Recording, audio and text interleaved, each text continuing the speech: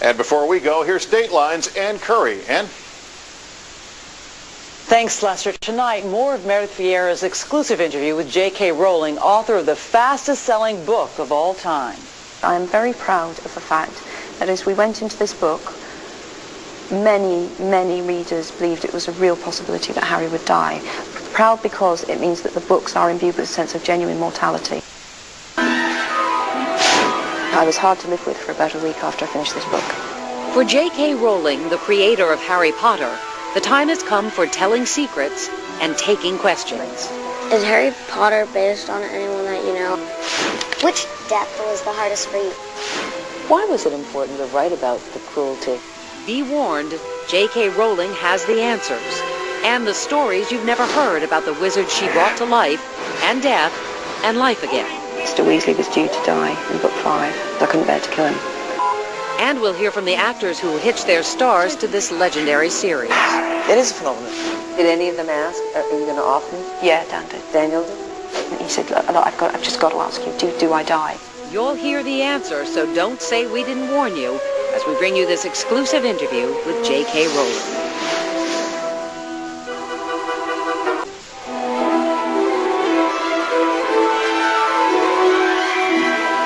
Okay, so it's not exactly Diagon Alley or Hogsmeade or Privet Drive, but this is the world of J.K. Rowling, Edinburgh, Scotland. Good evening and welcome to Dateline. I'm Meredith Vieira.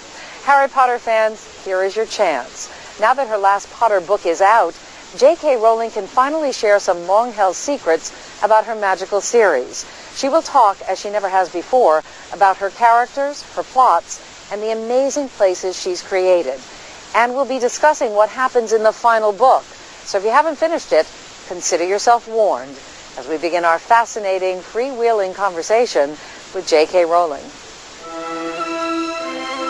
In the historic Great Hall of Edinburgh Castle, home to Scottish royalty of old, the reigning queen of the publishing world sat down with me and 14 young fans. Has anyone finished it? Yeah. Good. Did you like it? Yeah. Oh, that's all right then. It's finally done. I know. How does that feel? Incredible. Incredible good? Incredible bad? A little bit of both? At the moment, it feels great, to be honest with you. It feels, this is a really nice place to be. Yeah.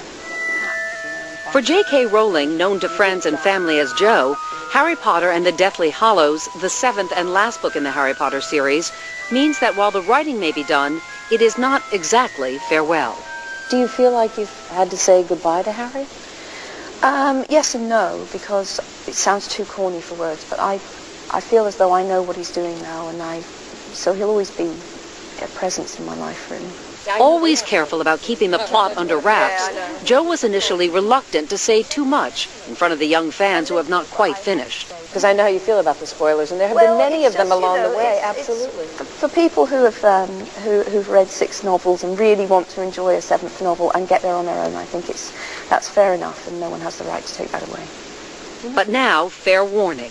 When we are about to discuss details of Book 7, we will put up a spoiler alert signal like this.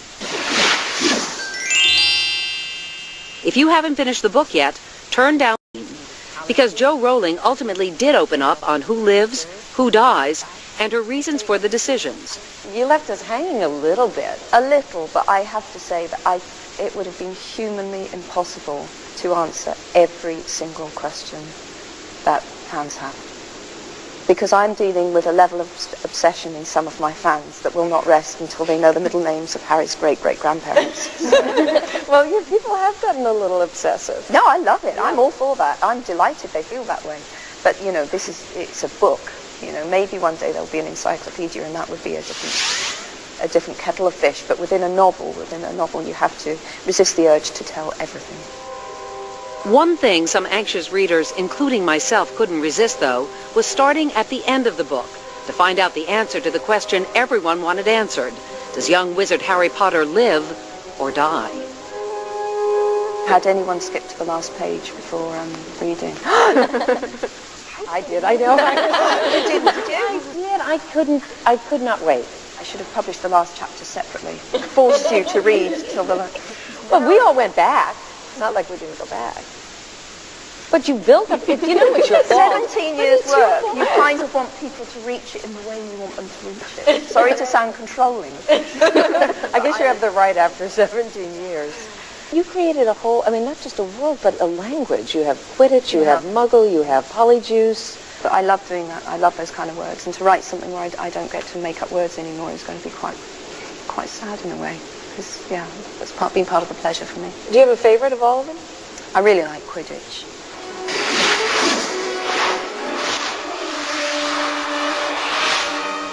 You guys do too? Yeah. Quidditch probably still my favorite. And how did you get that?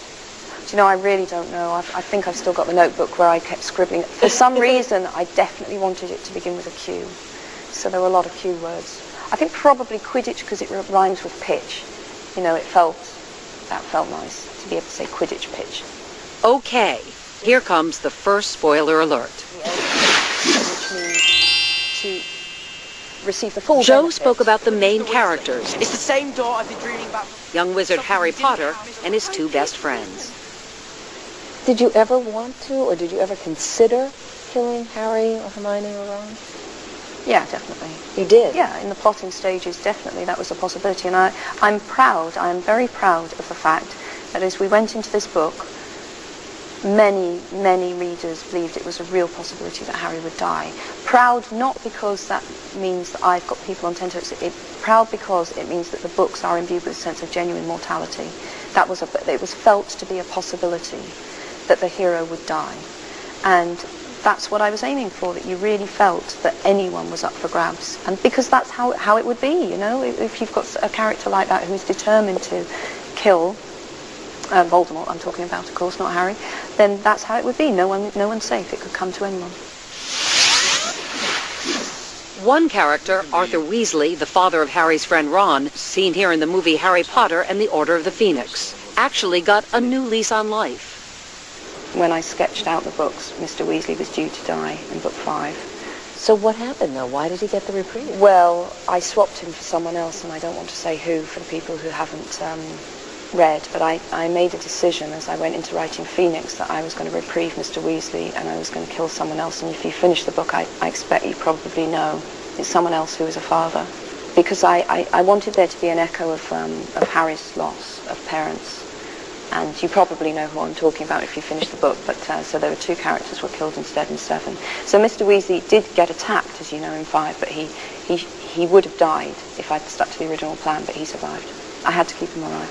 Partly because I couldn't bear to kill him. But there were 2 that weren't supposed to die that did end up dying. Yeah, I swapped them for Mr. Weasley, but they don't die until 7. So, as an author then, there were certain characters you couldn't bear to part with. If there's one character I couldn't bear to part with, it's Arthur Weasley, and I think part of the reason for that is there are very few good fathers in the books. In fact, you could make a very good case for Arthur Weasley being the only good father in the whole series. Joe was especially reluctant to lose Mr. Weasley because Harry had already lost so many father figures. His godfather, Sirius Black, and Hogwarts school headmaster, Dumbledore. They were victims in the struggle against evil arch-villain Voldemort, who killed Harry's parents when he was just a baby. But did you worry at all, Joe, when you're writing the book, that you have so many fans, kids, writing in saying, please don't take Harry, that you might have just devastated a lot of kids by taking Harry? Of course that affects you. I can remember just before Phoenix came out, meeting a boy who said to me, please never, ever, ever, ever kill Hagrid, Dumbledore, or Sirius. Oh my God. And he was a really nice boy who had some problems in his own past, and he was definitely saying, don't kill any of these people who've been fathers to Harry. And I knew that I'd already done it. I'd already killed Sirius, and I can't pretend that looking at him I didn't feel quite awful. But it's got to be painful, as you said, when a young man comes up to you and begs, please don't. Well, it was. In that case, that one stands out in my memory, but there have been lots of others where people have come up and really pleaded for their favourite characters. And now, here comes a huge spoiler alert. In Book 7, Joe killed off Harry Potter's close friends Lupin and Tonks. Don't worry, Harry, we'll explain everything when we get back to headquarters. And in doing so, left their newborn baby an orphan, just like Harry. I wanted there to be an echo of what happened to Harry, just to show the absolute evil of what Voldemort's doing. The fact that you leave orphans and you leave children who then have to make their way in the world uncared for and unprotected. So that's why I killed the two that you know about in this book, which I hated doing because I loved them both as characters.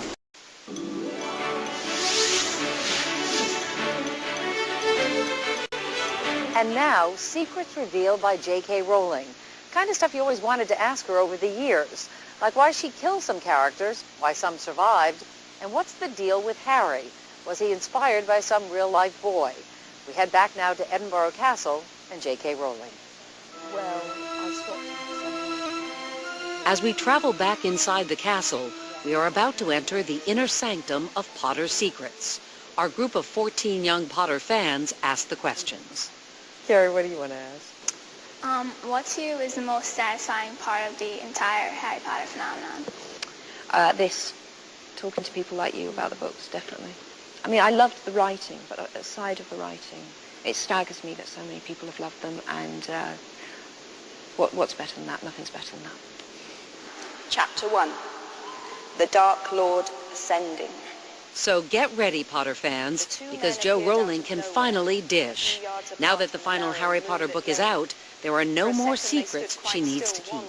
This book has been under wraps for so long, much longer than people would imagine. So is it a release then for you? Yeah, it's totally a release. It's big lifting of pressure for me. It's wonderful. And we left it to the kids to ask all of the questions they just had to have answered. Actually, Lucas, who's still working on the book, you have a question, sweetie? Yeah. Is Harry Potter based on anyone that you know, and why did you choose the name Harry Potter? He's not based on anyone I know, so don't believe anyone who crawls out of the woodwork to claim to be Harry Potter. No, Harry is entirely imaginary. And the name, I was looking for a name that was really quite mundane in a way, but a name that I liked. And so he became Harry. And then it took me a while to find Potter, and Potter was the surname of a family I used to live near when I was growing up. And the son of that family then claimed to be Harry Potter, but he's not. I just took the name. More than one have claimed to be Harry. It's interesting that no one ever claims to be Hermione. Although maybe that's because I'm quite open and I say that Hermione was at least partially based on me when I was younger. At least bits of her, like you were as a little girl. In what way? Annoying. Annoying. Yeah. But I loosened up quite a bit as I got older, and so did she, through the books, under the healthy influence of Harry and Ron. Hermione is a bit of an exaggeration, but I was deeply insecure, as is Hermione. I think it's clear if you read the book. She's covering up a lot of insecurities by trying to get good marks and so on. That's the place she feels most secure, is in the classroom with her hand up. I'm sure for these children who look at you probably think you're the coolest thing on earth to hear that you were insecure. Well, everyone is insecure in some way, aren't they? Very few people aren't, anyway. So Why were you? What made you insecure? Well, it was very like Hermione. I felt quite plain, and I felt, I definitely wasn't the consummate popular kid, as most people aren't, after all. So I think that's why people identify with Harry, Ron, and Hermione a lot, because all three of them in some ways are outsiders. Okay, remember those spoiler alerts? Now we are about to have a big one. It has to do with Hagrid, the lovable giant-sized Hogwarts gamekeeper. A lot of people were worried that Hagrid would die. Yeah. Was there ever a plan? Yes, everyone was up for grabs, everyone. But actually, from very early on, I wanted Hagrid to be the one who carried Harry out of the forest. That had been planned for so long.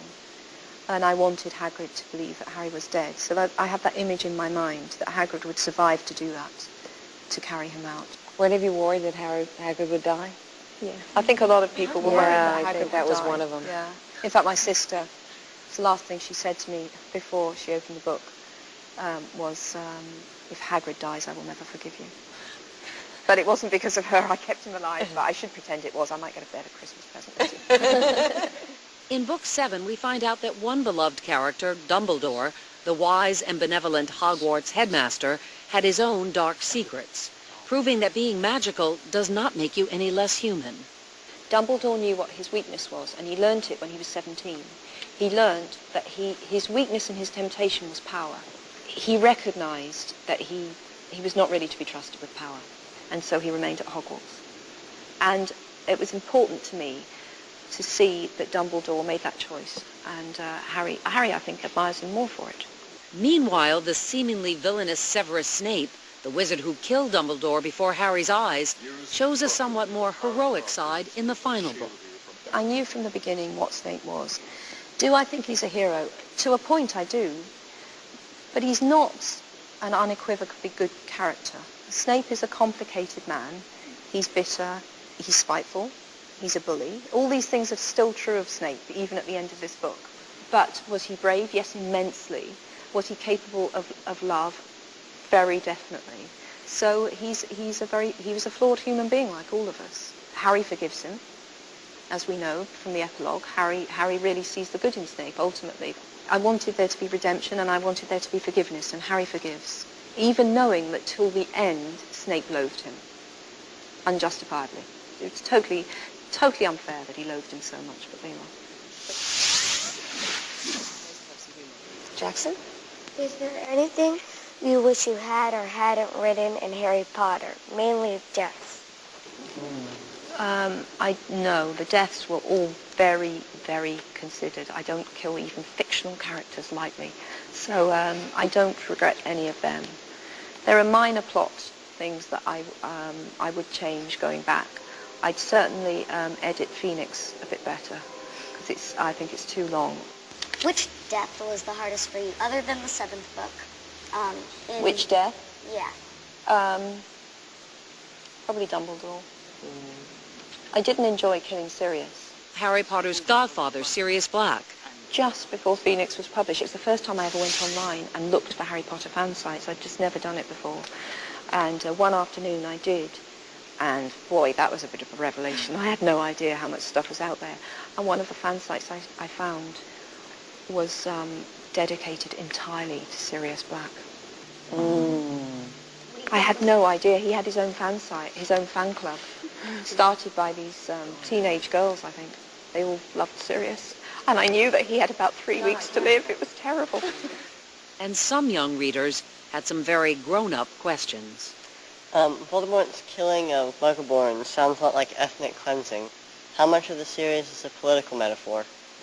Well, it is a political metaphor, but I didn't sit down and think I want to recreate Nazi Germany in the wizarding world, because although there are quite consciously overtones of Nazi Germany, there are also associations with other political situations, so I couldn't really single one out. Harry's also referred to as the chosen one, so are there religious undertones? There clearly is a religious undertone, and it's always been difficult to talk about that, because until we reach book 7, views of what happens after death and so on, it would give away a lot of what was coming. So yes, my beliefs and my struggling with religious belief and so on, I think is quite apparent in this book. And what is the struggle? My struggle really is to keep believing. Yes. To keep believing? Yeah, I have it, yes. Okay, and now another spoiler alert. So turn down that sound if you don't want to know. Jo Rowling fills in some of the blanks in the epilogue for her fans. In the end, you say that, or you tell us that Neville is a professor at Hogwarts. What do Harry, Hermione, and Ron do? Harry and Ron utterly revolutionized the aura department at the Ministry of Magic. So they are now the consummate. They are experts. It doesn't matter how old they are or what else they've done. So Harry and Ron lead the way in recreating a new aura department. And by the time, 19 years later, I would imagine that Harry is heading up that department, which is not corrupt in any way, is a really good place to be. And Hermione, I think she's now pretty high up in the Department for Magical Law Enforcement, where I would imagine that her brain power and her knowledge of how the dark arts operate would really give her a sound grounding.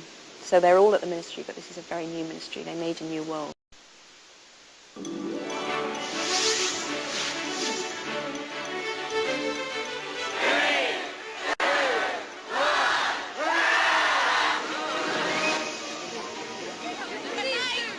Author J.K. Rowling's long-awaited final book, Harry Potter and the Deathly Hallows, sold a record-breaking 15 million copies worldwide in just 24 hours when it finally went on sale at 12:01 a.m., July 21st. fantastic. I have the last Harry Potter book. 2 weeks earlier, this excitement was nearly matched when Harry Potter and the Order of the Phoenix, the fifth and latest movie in the franchise, premiered. Concentrate, Potter. Focus. While the Harry Potter movies have been one of Hollywood's most successful and well-loved movie franchises, Jo Rowling was initially reluctant to see her stories come to life on the big screen. When that first was presented to you, you said no. Yeah. You weren't interested.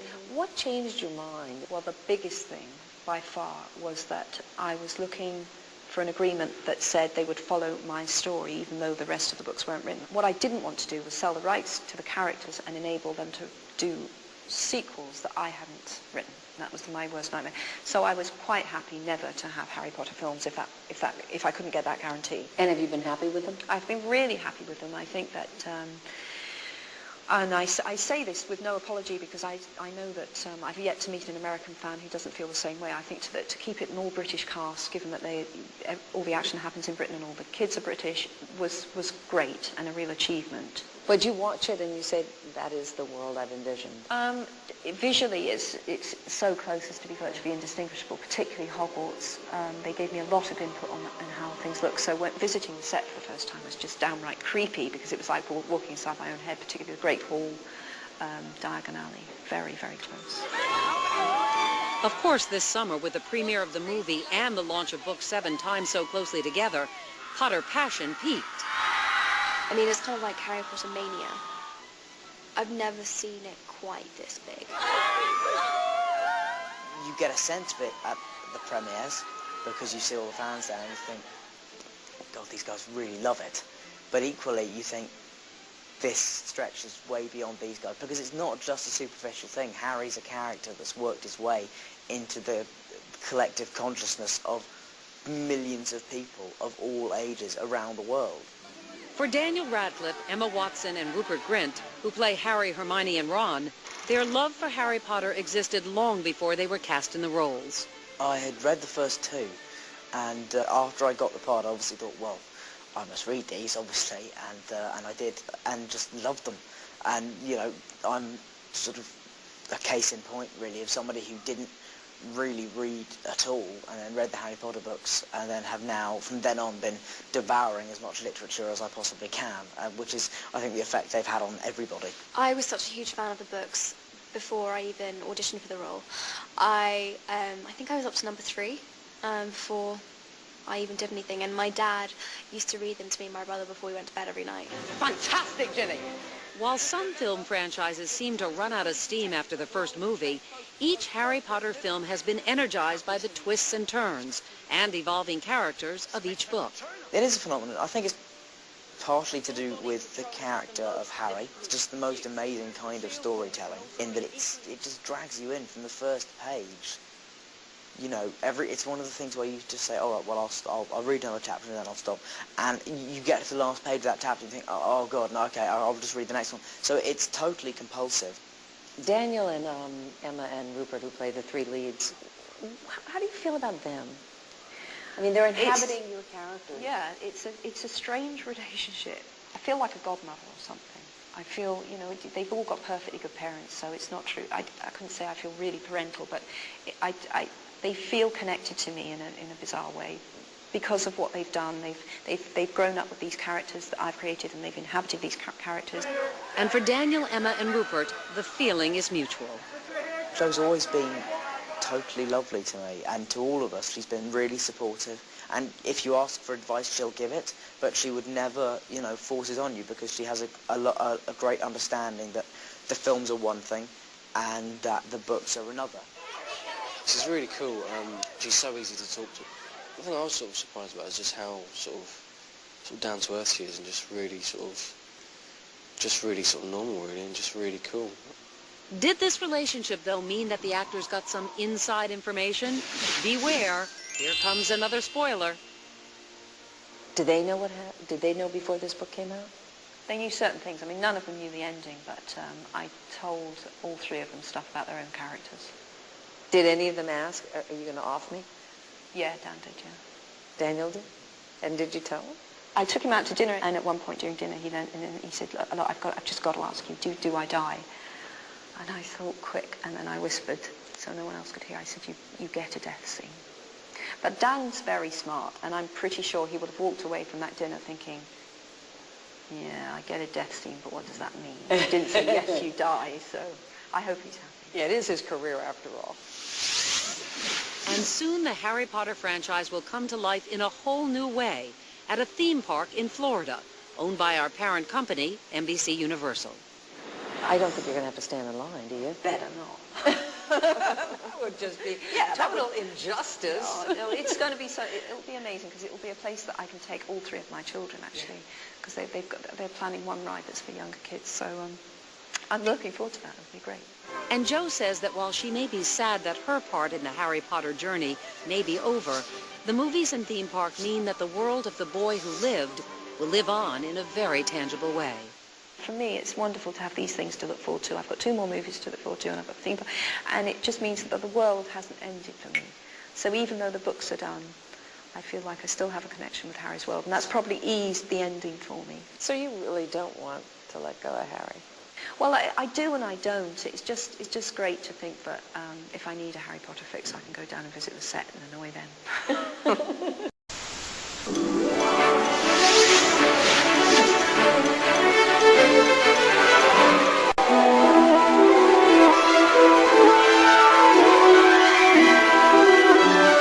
Inside another historic room at Edinburgh Castle, Jo Rowling sat down to discuss her personal story and how writing the last chapters of the Potter saga closed an incredible chapter in her life. Ending this series for you, is it a relief, or is there a sense of mourning, or maybe a combination of the two? Definitely both. A whole bundle of emotions wrapped up into one. Immediately after finishing writing, I was very hard to live. The first 2 days were terrible. Terrible. In what way? Tell me what you did. I was incredibly low. What is probably hard for people to imagine is how wrapped up this 17 years' work is with what was going on in my life at the time. Her often told life story sounds almost as magical as the books she conjured up. But what's not as well known is the magic was tempered by sorrow and loss, which played a key role in the creation of the Harry Potter books. In a foreshadowing of events in her own life, her parents met and got engaged on a train traveling through the English countryside. And Joanne Rowling was born in a village in the west of England 42 years ago this week. Her father Peter was a factory manager, her mother Anne a lab technician. As a little girl, Jo amused herself and her little sister Di with early attempts at hair-raising stories. I wrote this little book about a rabbit called Rabbit and his adventures, and I illustrated it myself too, and showed it to my mother, who, as mothers do, was rhapsodized and said how wonderful it was. And what's interesting to me is I was 6 years old, and I thought, well, are we going to get it published? I knew exactly what I wanted to do. Fast forward 20 years to 1990, and Jo Rowling came up with a very different type of story. She had been visiting a boyfriend in Manchester, England, and was traveling back to London on a train when inspiration struck. Absolutely true, yeah. I was on the train from Manchester to London, and it came, just came. Had something like that ever happened to you before? Yes, truthfully. I mean, other ideas had just come to me, because I think if you're a writer and that's what you spend a huge amount of time doing, ideas do come to you. But nothing had ever come so with such a, I thought, God, I'd love to write that. And when I got off the train, I went straight home and I started writing. Then living in London, she kept her story about a boy wizard to herself. Her mother was gravely ill and then died 6 months after her daughter began writing the Potter story. Did your mom ever know that you were writing this? No. That's one of my biggest regrets. She never knew. I never told her. She had been sick for quite a while. She had battled MS for 10 years. Yeah. How did her departure, her death, affect this book? Definitely Mum dying had a profound influence on the books, because in the first draft his parents were disposed of in quite a almost cavalier fashion. I didn't really dwell on it. 6 months in, my mother dies, and I simply can't kill a fictional mother that callously. I'm not saying it wasn't callous, but it wasn't what it became. And I really think from that moment on, death became a central, if not the central theme of the 7 books. You mean death in terms of loss, not just the killing of people, but... Absolutely, the theme of how we react to death, how much we fear it, of course, which is a key part of the books, because Voldemort is someone who will do anything not to die. He's terrified of death, and in many ways, all of my characters are defined by their attitude to death and the possibility of death. The loss of her mother affected Jo Rowling in another way. It was time to move away, to say goodbye to the British Isles. You decide to leave. Get rid of the old boyfriend, move to Portugal. In that time, married, have your baby. I have Jessica. My baby, Jessica. Divorce, and you come back. Yeah.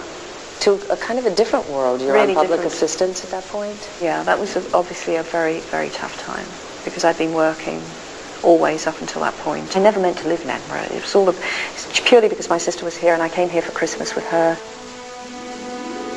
She wrote about Harry at an Edinburgh cafe, with baby Jessica napping by her side. She lived in a small upstairs apartment. Then, after a publisher saw the first 3 chapters of the book and asked to see more, she rushed to finish it. I was determined to try. I was determined to try, because frankly my life was such a mess at this point. What was the worst that could happen? Everyone turned me down, big deal. But the tough times were about to end.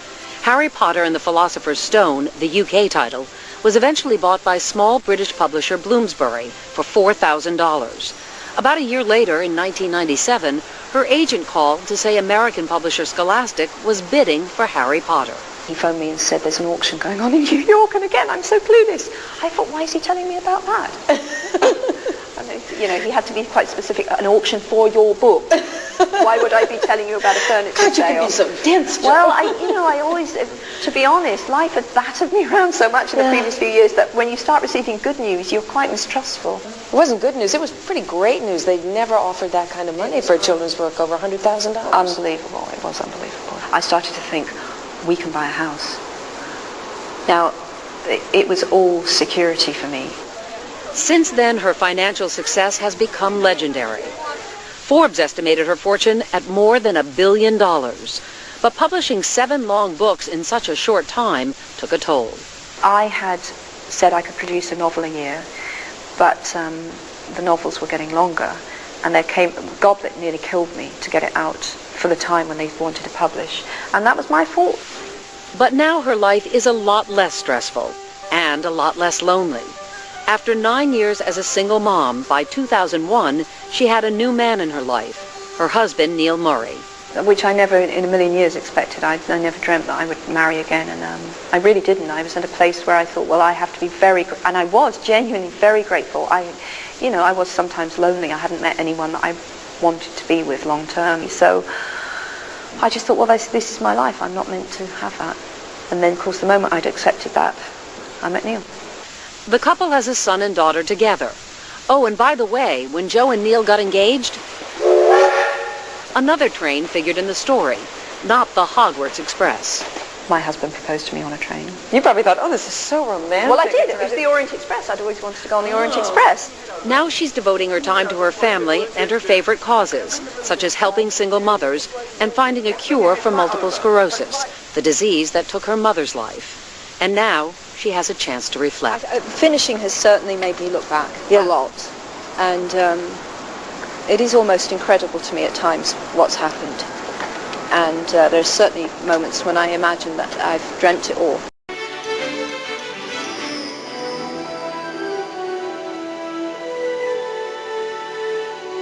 And now, more from what I'm calling Jo Rowling's Chamber of Secrets, deep inside Edinburgh Castle. And right off the top, a spoiler alert. Here, she spoke more about the epilogue to Book 7, and if it could lead to a new set of Potter books in the future. You did leave it open to the possibility, because in the epilogue there's Harry and Hermione and Ron, and they have their children. I didn't really leave it open for that reason. I didn't write the epilogue thinking, right, let's set the stage for another 7 books with the next generation. It was just that I wanted to show that life went on, and that even where there had been deaths, there was new life and so on. In fact, she says Professor Lupin's now orphaned son, Teddy, is one of the main reasons she wanted to write the epilogue. To hear that Teddy Lupin Lupin's son is obviously okay, that he has an ongoing relationship with Harry, and that he must be quite happy, and he's got a very good-looking girlfriend, because the person that he's kissing in the epilogue is Bill and Fleur's eldest daughter. And why was that important? Because he's been orphaned, and I want to show that he's okay, and I want to show that because the world is a better place, he's having a happy... And then I started to cry. So obviously Teddy Lupin was very important to me. Having killed both his parents, I really wanted him to be okay. Then she dished about the life and death choice she made between the Weasley twins, Fred and George, brothers of Harry's best friend Ron. I always knew it was going to be Fred. I suppose standing back from it, I think that most people would have expected it to be George. Why do you think that? Because Fred's the ringleader. He's always the instigator. He's slightly harder than George. George is slightly gentler. Fred is normally the funnier, but also the crueler of the two. So they might have thought that George would be the more vulnerable one, and therefore the one to die. But was it easier for you to kill Fred than George? It wasn't easier. No. It wasn't easier. Either one of them would have been terrible to kill. It was awful killing Fred. I hated him. But the toughest time for her came during the writing of another chapter. I really, really, really cried after writing chapter 34, which is where Harry walks back into the forest for what he thinks will be the last time. Because I had to live that with Harry and feel the weight of his disillusionment and his fear, because he believes he's being sent to his death by Dumbledore, who he thought wanted to keep him alive. So that was massively moving to me to write. Why was it important for you, Jo, to write about the cruelty and inhumanity? I'm not sure why, but it was what I wanted to write about most. And it's about choice, and you are shown that Voldemort, I suppose we're going to call him the psychopath, but he's so, in many ways, he is what he is, and he is beyond redemption. Although this being Harry Potter, and because I can take liberties because I have magic in my world, it is shown at the very end of the book that he did have a chance for redemption, because he'd taken into his body this drop of hope or love. Harry's blood. Right. Yeah. So that meant that if he could have mustered the courage to repent, he would have been okay. But of course he wouldn't have done. That's his choice. But the people around him, that's what's more interesting in a way. The people who are drawn to evil for protection, for power, sadism, but people who do have a choice, who did make a choice, like the Malfoys of this world. And I think that's always worth examining, why people choose to make those decisions. But one point she wanted to make had nothing to do with Book 7. It was about her gratitude to the readers who've stuck with her and Harry for 10 years now. It's got to be humbling in some ways, too. Yeah, totally. Yeah. It really is. And funnily enough, just before 7 came out, I met 2 or 3 fans, all of whom said the same thing to me. I read the first one when I was 10, I read the first one when I was 11, and I'm now looking at 20-year-old men and women. What do you say to those fans? Because there are many who... I'd say you can't imagine what that means to me, and they can't. Did you feel in writing the 7th book, or any one of them, but particularly the 7th, a sense of responsibility to those You know, it always... Well, yes, I definitely felt a sense of responsibility in that I wanted to make it the very, very, very best book I could, because they were waiting for it and there was so much expectation. I am often asked, well, don't you feel guilty? You're killing people, characters that kids love, and it sounds horrible and heartless to say no. But the truth is that when you're writing, you have to think only of what you're writing. You must not sit there and think, well, I was going to kill Hagrid, but, you know, people love him. And now that Harry Potter's story has been told, Jo Rowling gets a chance to work on her personal story. What's next for you? I'm going to take a break, definitely. And I'm just going to savor for a while the feeling that I don't have a deadline. Do you want to write another book? Oh God, yes, of course. Of course. I'm not saying I won't be writing. I'm just saying I'm going to be enjoying writing without having to publish for a while. And that's a privilege, you know, and I know that I'm the luckiest woman in the world. And she saved one last inside tidbit to the end, which means it's also time for one last spoiler alert. The end of the book, I had read that the last word was supposed to be Scar. But and it was for a long, long time. For a long time, the last line was something like, only those whom he loved could see the lightning scar. And that was a reference to the fact that as they were on the platform, people were milling around. But Harry was kind of flanked by you know, his loved ones. So they were the only ones who were really near enough to see it, even though other people were looking. And it also had a kind of ambiguity, so is the scar still really there? But I changed it because I wanted a more, when I came to write it, I wanted a very concrete statement that Harry won. And that the scar, although it's still there, it's now just a scar. And I wanted to say, it's over, it's done. And maybe a tiny bit of that was to say to people, no, Voldemort's not rising again. We're not going to have part 2. Harry's job is done. So that's why I changed it. To all was well. All was well, yeah. And you knew when you came up with that line, that was it. It just felt, I felt a kind of, and that felt right. Yeah. I really wanted Harry to have some peace now. It's been 17 years and 7 books. What do you hope that people take away from this? The most flattering thing that I've ever been told, and I have been told it quite a lot, is that the Harry Potter books were the first that made people interested in reading. I've met a lot of kids and sometimes older people who have grown up with them who said, you know, it was the first book that I really wanted to read, and there's nothing better than that. If that's what Harry did, then that's the best thing I could possibly hear.